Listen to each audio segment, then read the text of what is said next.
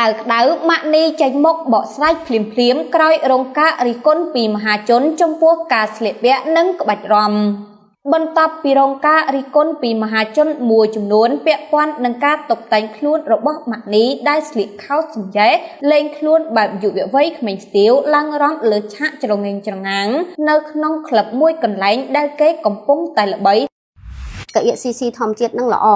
ហើយអត់ក្តៅខ្លាំងទេហើយបិទទៅកាត់បន្ថយការឈឺចុកចាប់ខ្ញុំឈឺណាស់នេះឈឺអាស្រៈនេះអាកពន្ធដៃនេះដេកបាននេះចាប់បាទដល់ហើយមកខ្ញុំបិទអស់តែពីរដងគឺ2សន្លឹក2ដងវា4សន្លឹកបាត់ឈឹងចុកដៃចុកជើងរួយកឈឺស្មាជាប់ចង្កេះស្ពឹកសពុនឆ្លោះក្រិចបើសិនជាបងប្អូនមានបញ្ហាទាំងអស់ហ្នឹងប្រើកាអៀក្តៅរបស់ CC ធម្មជាតិធានាប្រើអត់បានផតដូរលុយវិញឥឡូវនេះប្រូម៉ូសិនបញ្ចុះតម្លៃរហូតដល់ 50% លើកមុនបងប្អូនទិញមកប្រអប់តម្លៃ$8ឥ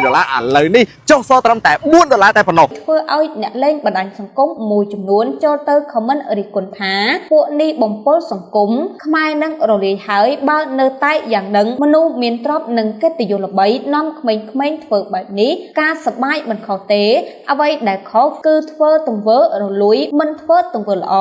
ស្របពេលឃើញមតិជាច្រើនរិះគន់ខ្លួនយ៉ាងក្តៅកគុកបែបនេះស្រាប់តែម៉ាក់នីចេញវីដេអូបកស្រាយថាថ្មអង្គមញោមថ្មអង្គមអាថ្ម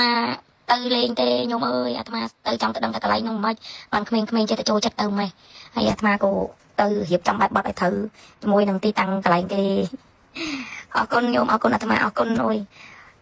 អាថ្មអត់ទៅចេះនិយាយភាសាលោកទេកុំប្រកែប្រកាន់អីកុំប្រកែប្រកាន់អាថ្មអីចេញបកគោឯណា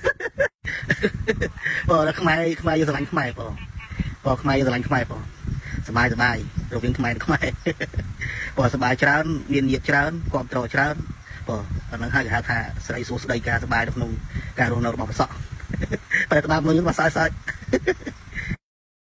បងសុខមើលខ្ញុំបងទាំងហើយឈ្នះនំមានសត្រូវទាំងឡាយកំពុងជោគជ័យគ្រប់ភារកិច្ចហើយដំណើរការញោមមិនបានលូតលាស់បងដូចជាឡើងកម្មចដាអញ្ចឹងបងឡើងកម្មចដាបបៃបានឡើងបបៃហ្នឹងបងរកស៊ីមានបានតែស្មើមួយយើងបោះសើចរហូតបោះសើចហើយបងអូនញោមមួយចឹងទៀត